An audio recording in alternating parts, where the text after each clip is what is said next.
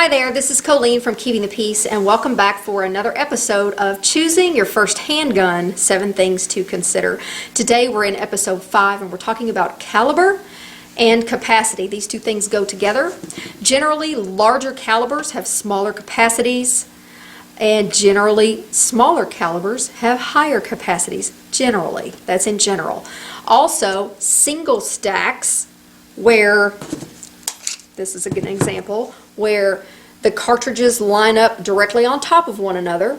Single stacks generally have smaller capacities than double stacks. All of my carry guns are single stacks, and because I'm a smaller person and I choose smaller handguns, so I have single stack thin guns because they're easier to hide on my body and with my clothing options.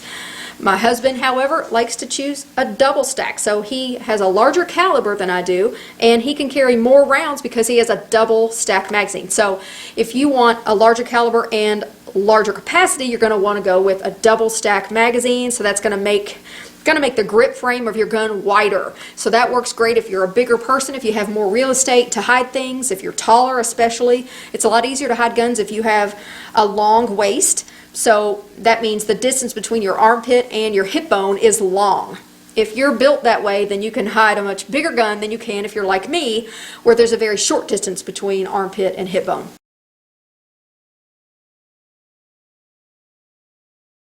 Okay, so most of my carry guns are 9mm and they hold 8 to 9 rounds. Okay, that's including the ones in the magazine and the one in my chamber. So that's what I work with. I carry an extra magazine because of that. So since I only have 8 rounds in my gun, I've got an extra 7 rounds in my magazine. So if I had a double stack, I would probably still like to carry an extra magazine because sometimes something just goes wrong with your magazine. Or you might run out. That would be a terrible day, but it happens. So when you're considering caliber and capacity, that's going to go hand in hand with your body size and what you can handle in concealment. If you're going to use it strictly for home defense, choose something big, double stack, high capacity, and large caliber, okay? Because that just makes sense. You're not going to have to carry it, you're not going to have to hold it for a long period of time, you're just going to pick it up if you absolutely have to. Same goes for one that you might keep in your glove box or something like that. But for a carry gun, you're going to have to determine what you can handle. Also, you're going to want to do your own personal research on caliber, and then shoot guns with lots of different calibers. Hopefully you're going to be able to rent several different guns before you purchase one. Shoot lots of different calibers. See how you do with controlling recoil, and try, if you shoot a certain caliber in a certain gun and you don't like the experience, don't necessarily mark that off.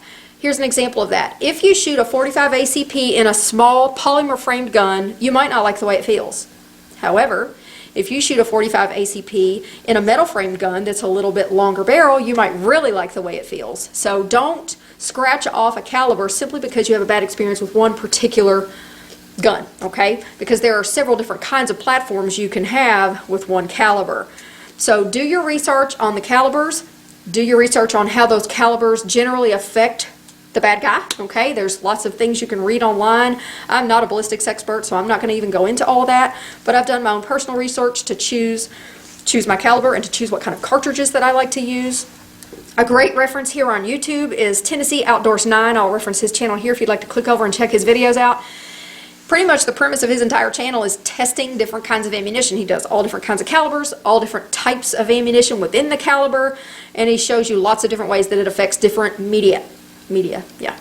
So that's a great resource. There's also lots of things that you can read online. So caliber, if you're brand new to this, you might not even know what I'm talking about. When I say caliber, I'm talking about, is it a 22 long rifle, or is it a 380 ACP, or is it a 9mm, or is it a 40 Smith & Wesson, or a 45 ACP?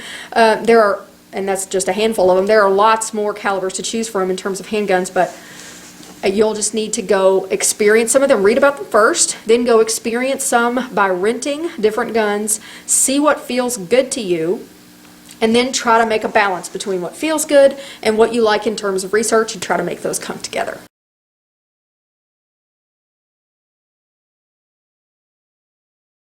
So I hope that helps. I will see you in the next episode. We'll talk about personal physical challenges. Bye.